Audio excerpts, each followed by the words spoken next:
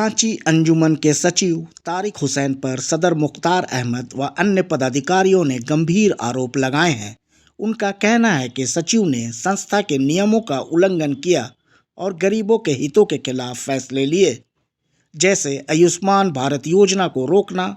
मौलाना आज़ाद college के प्रबंधन को लेकर भी सवाल उठे हैं।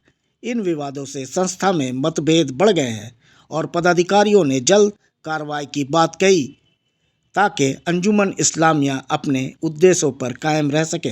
इस्लामिया अस्पताल आज से नहीं, ये बहुत पहले ही से सोसाइटी एक्ट के तहत चल रहा है, जिसको 1978 में रजिस्ट्रेशन कराया गया आईजी रजिस्ट्रार के यहाँ, उसके बाद फिर 92 में कराया गया, फिर और भी कराया गया।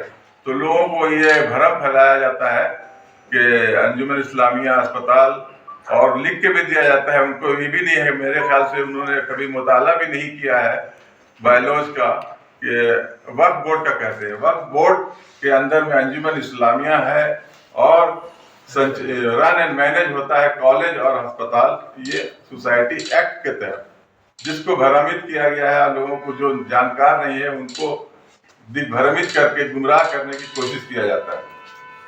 मेरे ख्याल से जनरल सेक्रेटरी अंजुमन इस्लामिया का काम ये था कि हर 6 महीने में रिपोर्ट पेश करते, आमद व खर्च का मिलान ये करते, बैठकें बुलाते, लेकिन अब तक कोई बैठक नहीं हुई है, ना मुंतजमा की बैठक हुई है।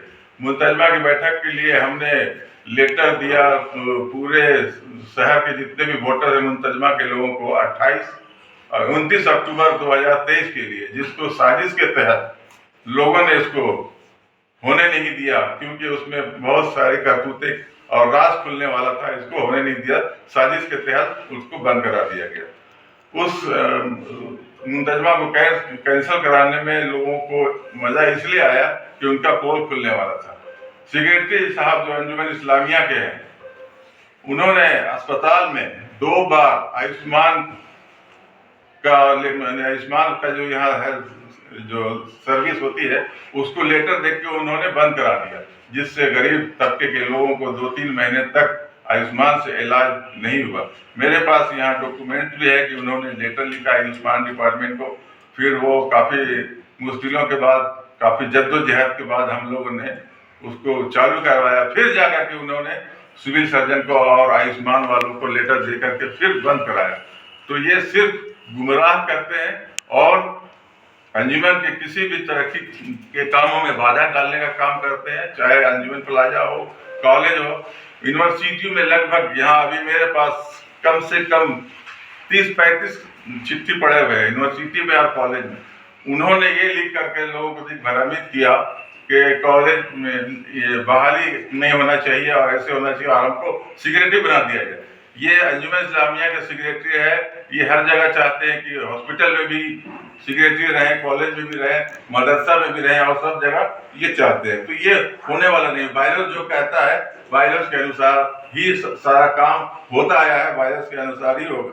अभी फिलहाल कुछ दिन पहले अंजुमन इस्लामिया ने एक ड्रग लाइसेंस के लिए फाइल किया था कि अंजुमन हॉस्पिटल के नाम से दवा दुकान खुलेगी, जिसमें गरीब तबके के लोगों को 25 भी है।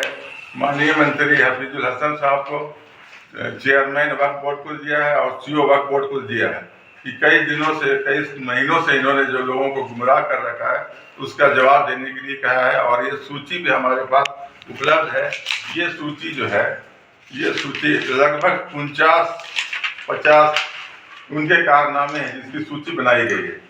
अब इसके बाद भी, ईद के बाद और भी सूची जारी करेंगे हम, और इसका भांडाफोड़ करेंगे, चाहे इसमें कोई भी शामिल हो, इसका भी भांडा हम फोड़ेंगे। स्टडी सेंटर जो हमारा 2013 से चल रहा था, इतना उसमें 112 लोग वहाँ से फैज़याब होकर के नौकरी भी पाए, और अभी फिलहाल 2 साल से 1 रुपया भी स्टडी सेंटर में खर्च नहीं दिया है।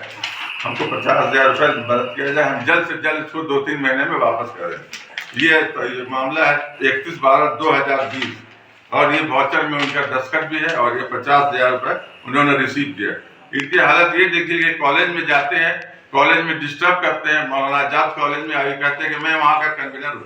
अरे भाई बायलॉज का कभी मुताला कर लिया करो। बायलॉज वहाँ कन्वीनर का कोई पोस्ट है ही नहीं बायलॉज के अनुसार। कॉलेज में कोई ना कॉलेज में है ना हॉस्पिटल में कन्वीनर का पोस्ट अंजुमन इस्लामिया के जेली कमेटियों में भी है।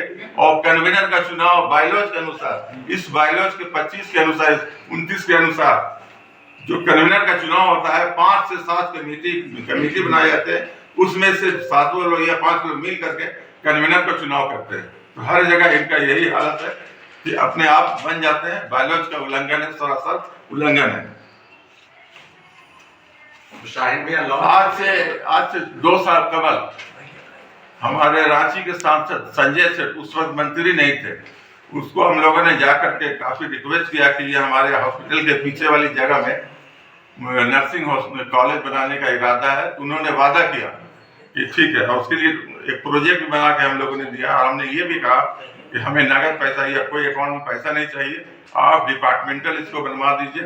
तो उन्होंने प्रोजेक्ट लेने के बाद कहा कि मैं 25 जून को आ रहा हूँ, वहाँ पे घोषणा करूंगा कि हम इतना फंड देंगे। तो जो करीब 1,66,00,000 रुपए का की मंजूरी थी, जिसको एक दिन कबल सेक्रेटरी साहब और उनके कुछ मेंबरों ने जो डिस्ट्रक्टिव माइंड रखते हैं, उन्होंने ये कहा कि अगर संजय सेठ आ जाएंगे माननीय सांसद जी, हम उनको काला स्याही फेंकेंगे और काला झंडा दिखाएंगे।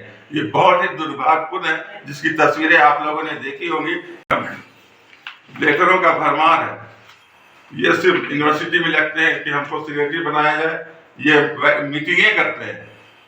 बायलॉज के अंजुमन इस्लामिया के बायलॉज के 25 में क्लियर कर लिखा हुआ है कि जो भी मीटिंग होगी अप्रूवल लेना होगा सदर से। सदर के अप्रूवल के बाद ही मीटिंग होगी। ये जो भी मीटिंग करते हैं अपने आप मीटिंग करने की कोशिश करते हैं, जो बिल्कुल अवैध है। और इस तरह के लेटर को हमने वक्फ बोर्ड में हमेशा दिया है कि ये अवैध मीटिंग करते आ रहे हैं। जो भी मीटिंग होगी ये अवैध होगी। इसको लेके आगे आप लोग क्या करेंगे? आवाम को जागृत करने के लिए हम इस तरह की ये किए हैं। अच्छा, ड्रग लाइसेंस का मामला, आयुष्मान का मामला है। इन सब सारी चीज़ों से जो भी रुकावटें हुई या जो भी एप्लीकेशन दिया